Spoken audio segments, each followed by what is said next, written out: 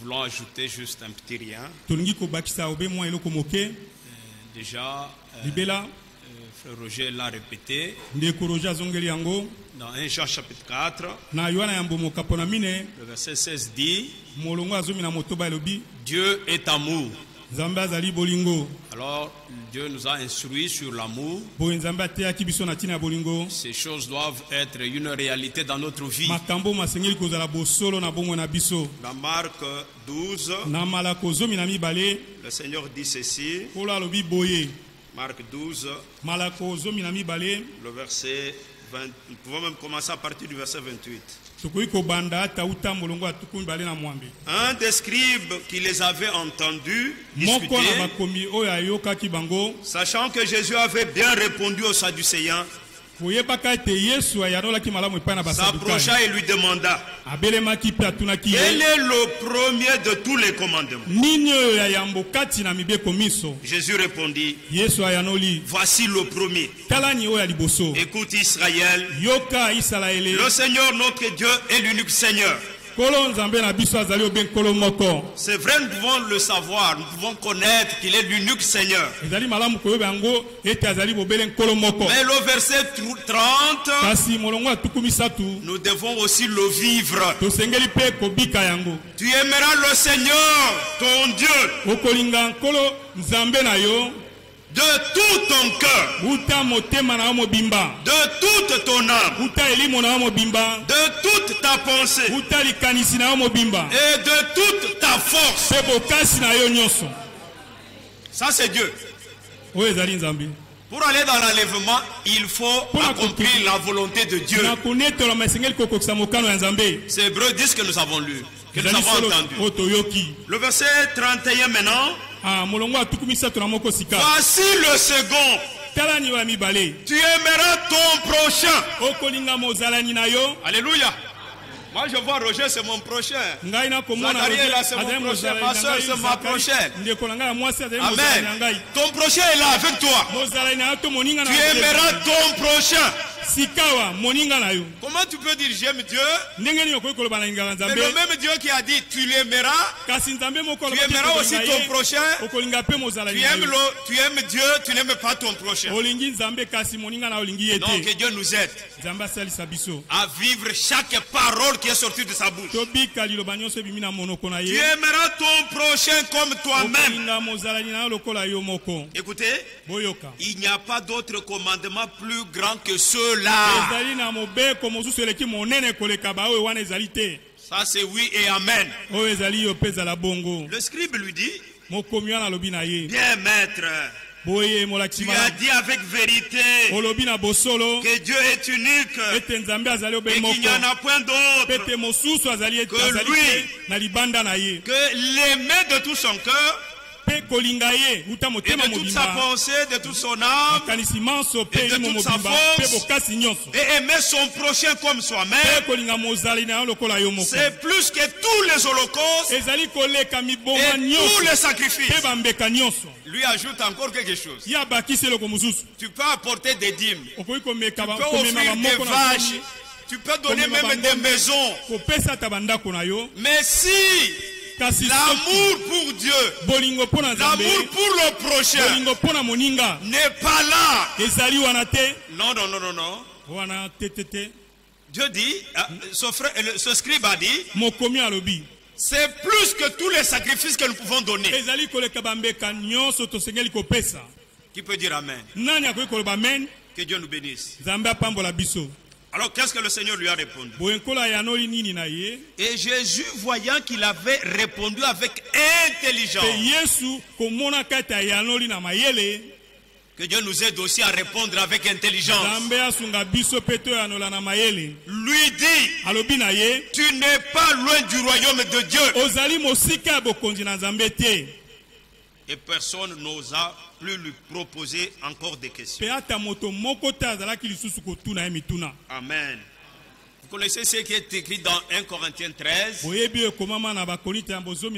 Si nous pouvons même parler des langues, sans l'amour, nous sommes comme des cymbales qui résonnent. Si nous pouvons même distribuer tous nos biens, même à des pauvres, mais si l'amour n'est pas là, c'est inutile même.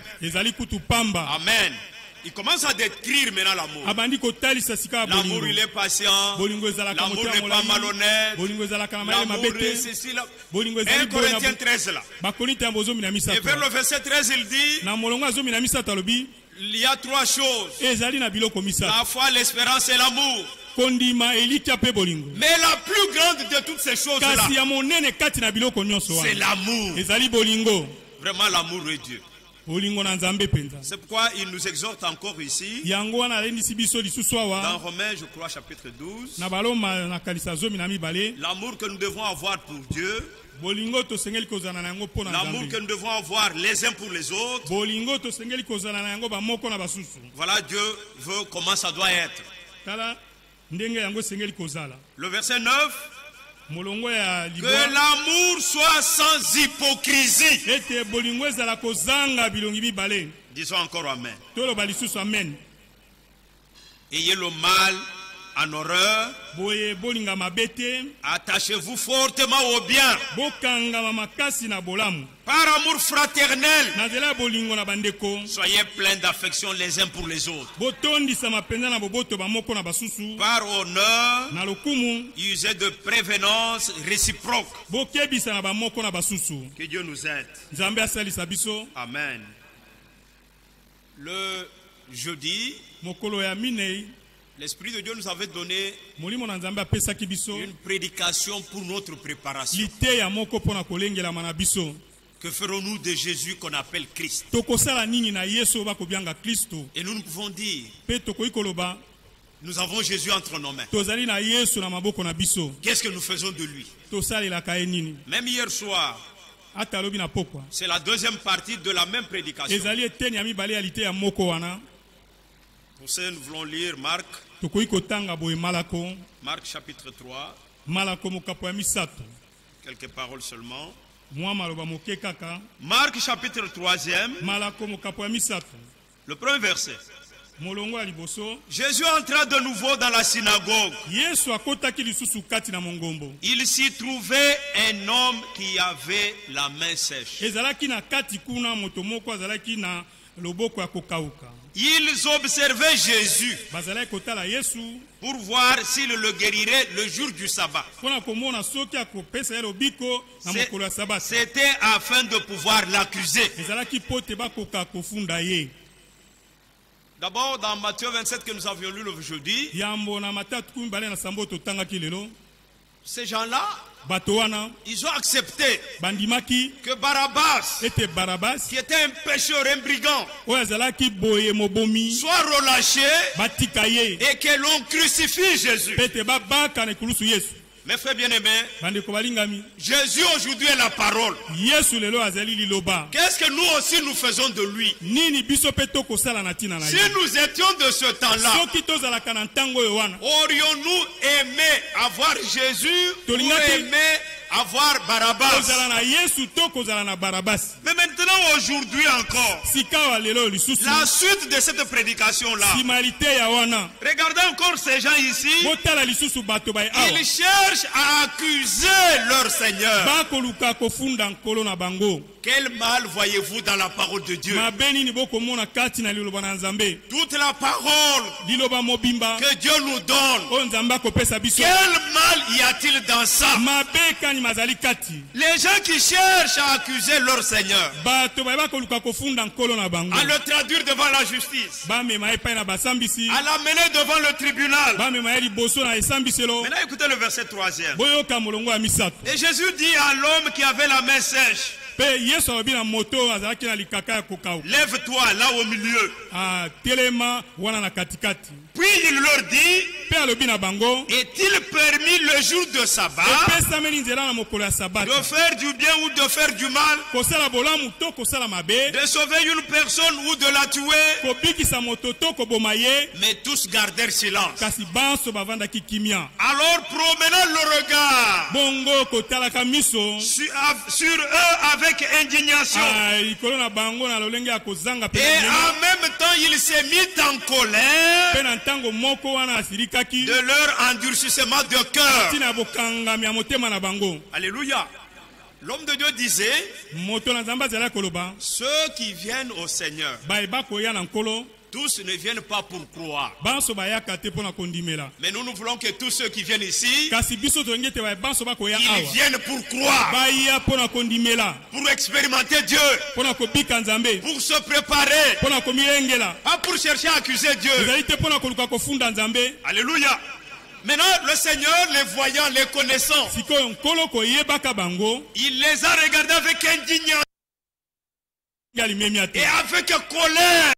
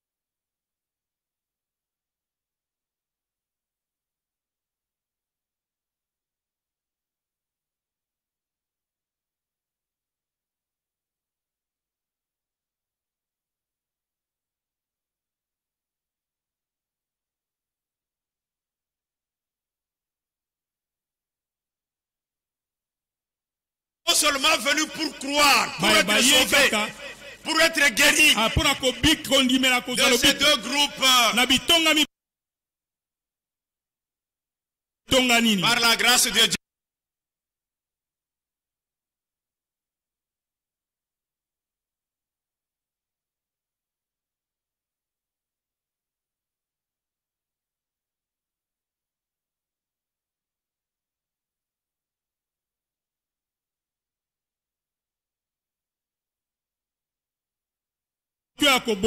Oui, il était venu.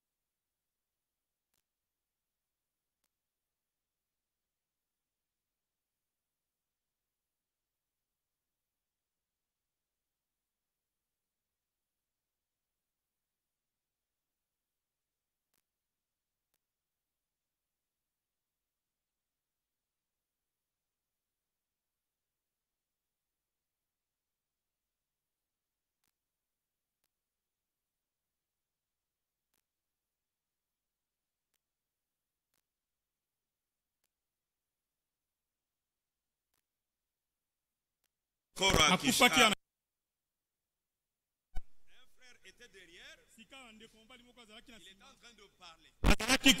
Il dit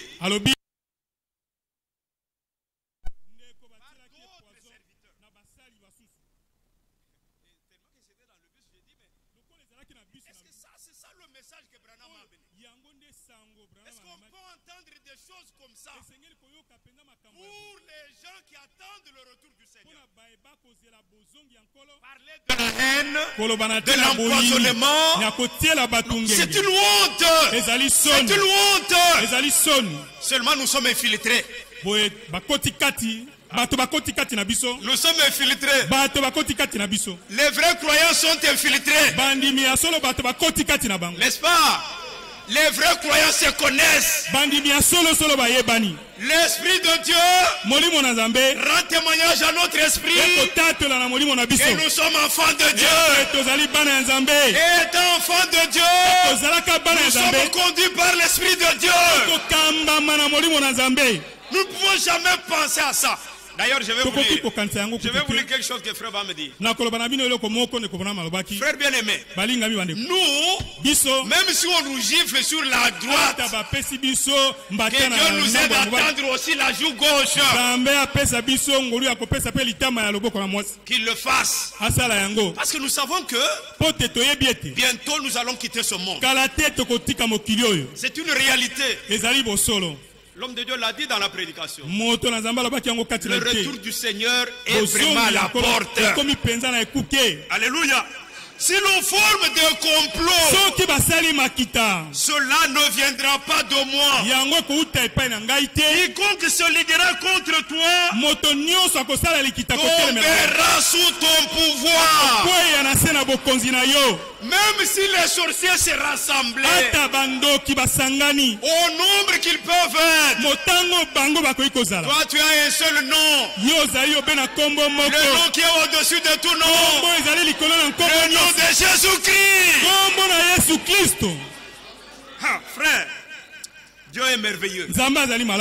Surtout pour celui qui l'aime. Et celui qui aime aussi Dieu. Alors il dit au verset 16, voici j'ai créé l'ouvrier qui souffle le charbon au feu et qui fabrique une arme par son travail. Mais j'ai créé aussi le destructeur pour la briser. Quand toi tu amènes ton truc là, Dieu est là. Moi je ne peux pas voir, mais celui qui me garde, il a dit, l'ange du Seigneur campe autour de tous ceux qui le craignent et il les arrache au danger. Même pour le Seigneur, quand son heure n'était pas encore arrivée, il sort comme ça. Il dit, qui cherchez-vous? Il tombe. Ces gens le tombent. C'est seulement quand son heure était arrivée. D'ailleurs, il avait le pouvoir. Il pouvait même appeler les anges des cieux pour combattre à sa place. Mais il ne pouvait pas le faire à cause de toi. À cause de toi. À cause de moi. Parce qu'il fallait qu'il meure pour que nous ayons la vie. Alors il dit au verset 17, toute arme forgée contre toi sera sans effet. Oh, que Dieu nous aide. Nous sommes des vrais croyants. Et Dieu s'occupe de nous. Et il s'occupera toujours de nous. Le verset 7 dit, de Marc 3, nous sommes retournés là-bas. Jésus se retira vers la mer avec ses disciples. Une grande multitude le suivit de la Galilée et de la Judée et de Jérusalem et de l'Idumée et au-delà du Jourdain, et des environs de Tyr et de Sidon. Une grande multitude, apprenant tout ce qu'il faisait, vint à lui. Il chargea ses disciples de tenir toujours à sa disposition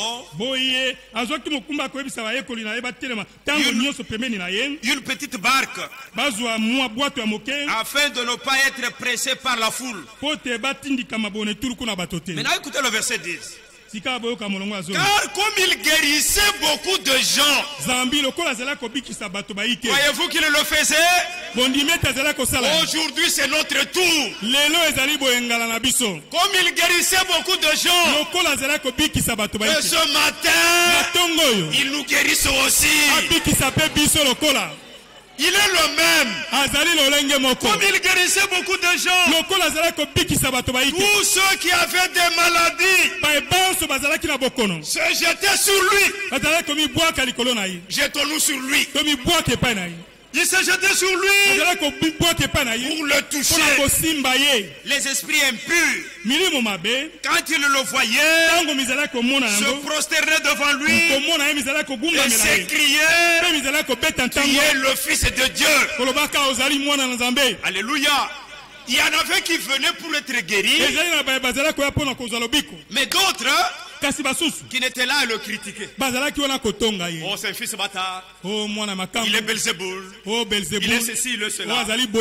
Par la grâce de Dieu, nous ne serons jamais de ce groupe-là. Toutes nos maladies spirituelles, physiques, Dieu nous guérit. Il est le même. C'est question de foi. Si tu crois, tu verras la gloire de Dieu. Si tu crois, tu ne retourneras pas tel que tu étais venu. Ça c'est vrai, frère. Regardez Jean chapitre 8. La Bible dit ceci. Le verset 32. La Bible dit ceci. Vous connaîtrez la vérité et la vérité vous affranchira. Alléluia. L'unique vérité que nous avons aujourd'hui dans cet âge ici, c'est ce message que Dieu nous a envoyé par William Branham. C'est la parole révélée. Dans les dénominations, il n'y a rien. Je vais encore vous dire une chose. Le véritable baptême du Saint-Esprit, c'est seulement dans ce message biblique du temps de la fin. En dehors de ce message, il n'y a pas le baptême du Saint-Esprit. Amen. Ils peuvent avoir les dons de l'Esprit. Il y en a même qui s'enseignent même les langues, comment parler en langue. Non. Ça, ce sont les langues du Saint-Esprit. Alléluia. C'est le Saint-Esprit qui donne. Comme il donne la sagesse. Dieu dit, la fin de toutes choses est proche. Soyez donc sages et sobres pour vaquer à la prière. C'est Dieu qui donne la sagesse. Comme il avait donné à Salomon. Alléluia. Que soit le parler en langue, le parler en langue, la prophétie, tout vient de Dieu. Le don de miracle, tout. Nous dons là de l'esprit. C'est Dieu qui les donne. On n'a pas besoin de faire une petite maison là. Allez, venez ici, nous allons commencer à chanter ici. Et nous allons commencer à recevoir des messages, des prophéties. Le diable va encore beaucoup vous embrouiller là-bas. Gloire à Dieu. Mes frères bien-aimés, en dehors de ce message, c'est ce message qui est la vérité. La vérité présente. C'est cette parole révélée. Maintenant, l'homme de Dieu disait dans la prière, Qu'est-ce que vous faites encore de ce message? De cette parole révélée. Vous l'avez. Dieu a dit que la femme ne coupe pas les cheveux. Mais que font nos sœurs aujourd'hui? Parfois, elles coupent ça. Vous avez encore Jésus entre vos mains. Alléluia. Tout ce que Dieu nous dit. Le respect aux serviteurs de Dieu. L'ordre divin. Respectez ce que Dieu a fait dans notre temps. Il a envoyé un prophète. Et il a suscité aussi un serviteur. Un enseignant. Ces deux ministères qui étaient dans le conseil de Dieu pour notre temps, pour notre âge, pour notre âge. Amen. Ça, nous le disons ici. Nous le croyons de tout cœur. Ils ont entendu la voix audible et ils ont vu. Amen. Jérémie 23, le verset 18. Qui a assisté au conseil? Regardez frère, c'est ce message-là qui prépare la seconde venue de Christ. Mais qu'est-ce que nous en faisons? Tous les mystères qui nous ont été révélés. Le mystère de la piété. Dieu dans la chair humaine. Est-ce qu'il y en a encore qui sont encore des trinitaires? Qui ne veulent pas croire que Jésus soit Dieu. Non. Même les mystères de cet âge.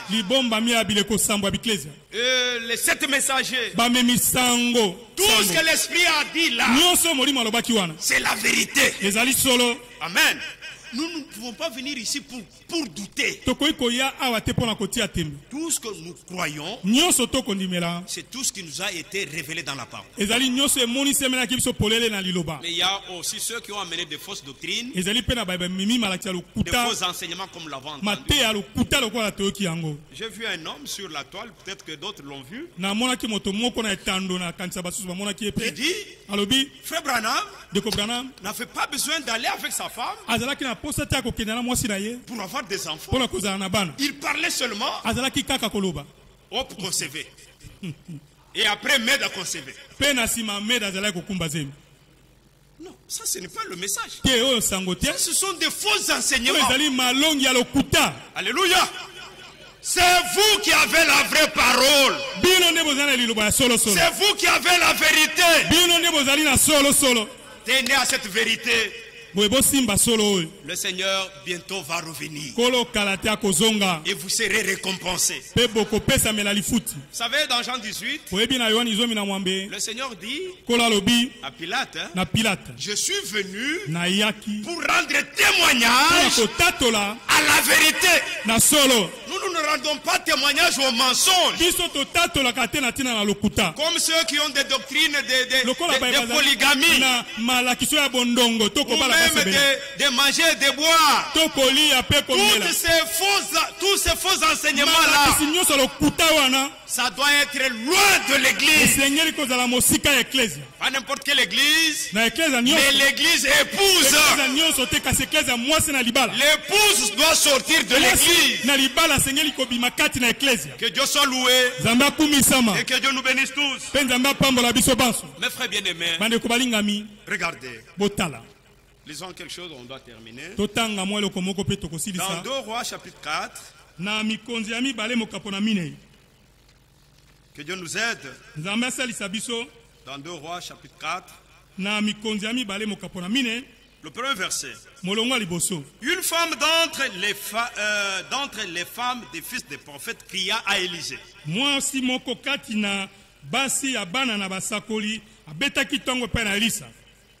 Ton serviteur, mon mari est mort. Et tu sais que ton serviteur craignait le Seigneur. Or, le créancier est venu pour prendre mes 2 enfants et en faire ses esclaves.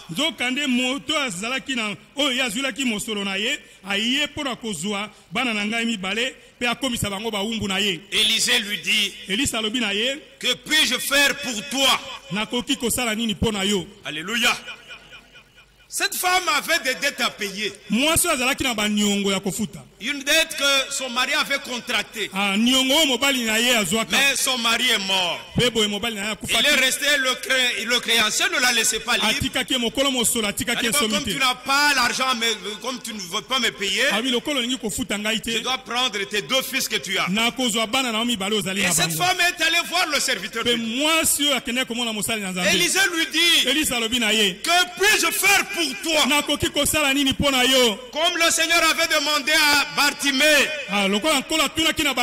dans Marc chapitre 10, que veux-tu que je fasse pour toi? Mon frère, ma soeur, ce matin encore, Dieu te pose la même question. Que veux-tu qu'il fasse pour toi?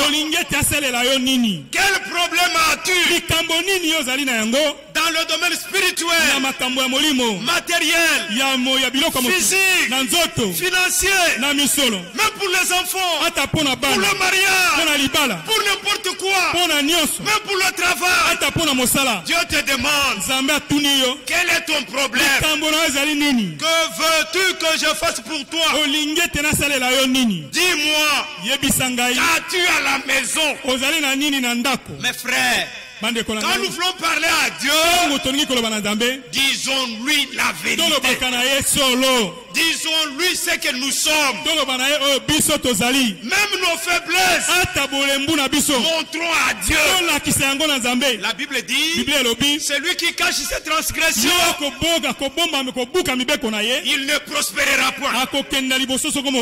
Alléluia. Vous savez, quand Dieu parlait de la langue, de la langue d'un croyant, il l'a répété encore aujourd'hui. Il l'a répété encore aujourd'hui. La langue qui ne fait que parler à mal des autres. Répandre des calomnies. Je m'étais noté une déclaration seulement de Frère Branham dans la prédication de la stature de l'homme parfait. Paragraphe 160, écoutez un peu. Paragraphe 160. Il dit ceci. Vous savez, selon 2 Pierre 1, à la vertu, ajouter la connaissance, la patience, mais nous voulons seulement parler de la tempérance qui vient du Saint-Esprit. Écoutez, la tempérance, ce n'est pas arrêter de boire. Comme je ne bois pas, ça dit j'ai la tempérance. Écoutez la suite. Mais la tempérance venant du Saint-Esprit nous permet de contrôler notre langue. Amen. On ne peut pas se mettre à... D'abord, il le dit ici. Ne pas être un bavard. Vous êtes à 5. Les autres là ne parlent pas, c'est toi. Toi-même la football, toi-même la politique, tu entres dans la religion. Un bavard. Maintenant quand on essaie de te contredire, soit tu te fâches, soit tu peux répondre. Écoutez maintenant. La tempérance qui vient de Dieu nous permet de contrôler notre langue. Comment contrôler votre humeur? Comment ne pas vous emporter chaque fois qu'une personne vous contredit? Là, ça devient dur, hein? La tempérance, c'est la façon de répondre avec douceur face à la colère. Amen. Un chrétien n'est pas seulement connu dans les actions, mais aussi dans les réactions. Amen. C'est pourquoi le Seigneur, lorsqu'on le tuait, sa réaction était comment? Père, pardonne-le, car ils ne savent pas ce qu'ils font. Là vous allez dire non, ça c'était le Seigneur. Prenons Étienne. Paul tenait ses habits. On était en train de le lapider. Lui, pendant qu'il était lapidé, il n'a pas dit Seigneur, tue-les. Il dit Père, Tata, Seigneur, pardonne-leur. Alléluia. Que Dieu nous aide aussi. Même dans nos réactions, que ce soit des bonnes réactions. Oh, on doit terminer. Bon, regardez maintenant. Il dit, que puis-je faire pour toi? Dis-moi quand tu es à la maison. Elle répondit, ta servante n'a rien du tout à la maison qu'un vase d'huile. Et elle dit, et il lui dit, va demander au dehors des vases chez tous tes voisins, des vases vides. Écoutez, le Dieu de miracles, le Dieu de prodiges, il est le même. Il dit, n'en demande pas un petit nombre. Si c'était toi, je ne sais pas comment tu allais. Et puis on peut encore dire, si avec les voisins, cette femme ne s'entendait pas, comment elle pouvait aller? Parce que le Seigneur ne lui a pas dit, va plus loin, va à Maloukou chercher. Pas seulement tes voisins. Un chrétien, une chrétienne, c'est une lampe. Partout où il est, c'est une lampe qui doit éclairer. On doit voir qu'il a Christ. Il doit vivre en paix avec tous. Alléluia. Va demander à tes voisins des vases. N'en demande pas un petit nom. Alléluia. Oh, que Dieu nous aide aussi. Nous allons prier pour demander à Dieu des grandes choses. C'est lui-même qui le dit ici. Pourquoi tu as toujours tellement un petit travail? Pourquoi la maladie ne peut pas partir? Ce matin, nous voulons demander à Dieu des grandes choses. Parce que c'est lui-même qui a dit, ne demande pas un petit nombre. Quand tu seras rentré, tu fermeras la porte sur toi et sur tes enfants. Tu verseras dans tous ces vases. Et tu mettras de côté ceux qui seront pleins. Alors elle le quitta. Elle ferma la porte sur elle et sur ses enfants. Il lui présentait les vases et elle versait. Lorsque les vases furent pleins, elle dit à son fils, présente-moi encore un vase. Mais le fils lui répondit, il n'y a plus de vase. Et l'huile s'arrêta. Alléluia. Et elle alla le rapporter à l'homme de Dieu et lui dit, va vendre l'huile et paye ta dette. Croyez-vous qu'il peut payer même nos dettes? Mais un chrétien n'est pas celui qui est toujours là à contracter des dettes. Non, non. Non, non. Un chrétien, la Bible dit, nous devons nous contenter de ce que nous avons. Ton salaire est maigre comme ça. Mais tu t'endettes, les habits, le ceci, le cela, maintenant quand il faut payer, tu commences à fuir. Ce n'est pas la chrétienté. Alléluia. Mais si ça peut arriver, que vous vous retrouviez dans une dette, le Seigneur peut payer ça. Ça c'est vrai. Va vendre l'huile et paye ta dette et tu vivras, toi et tes fils, de ce qui restera. Croyez-vous que le Seigneur peut encore le faire? Croyez-vous qu'il peut faire encore des miracles? Un seul vase d'huile, ça remplit autant. La Bible ne précise pas c'était combien. Tout ce que nous savons que c'était un grand nombre. Il est le même Dieu. Ce qui est peu en nous, qu'il l'augmente. Que la petite foi que tu as, que Dieu l'augmente. Alléluia. Que le petit travail que tu as, que Dieu l'élève. Que la petite somme d'argent que tu as, même dans ta petite activité là, que Dieu fructifie ça. Frère me disait, regardez un petit poisson. Un petit poisson. Il est dans le fleuve. Il dit, je ne dois pas boire beaucoup d'eau. Je risque de faire tarir ce fleuve ici. Il dit, il doit être malade. Avec un petit ventre comme ça. Non.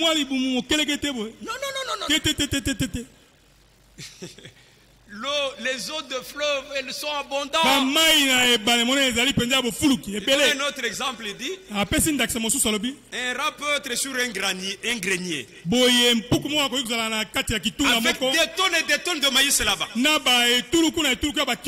Il se dit, je ne mangerai pas beaucoup. Je risque de vider ces tonnes de maïs.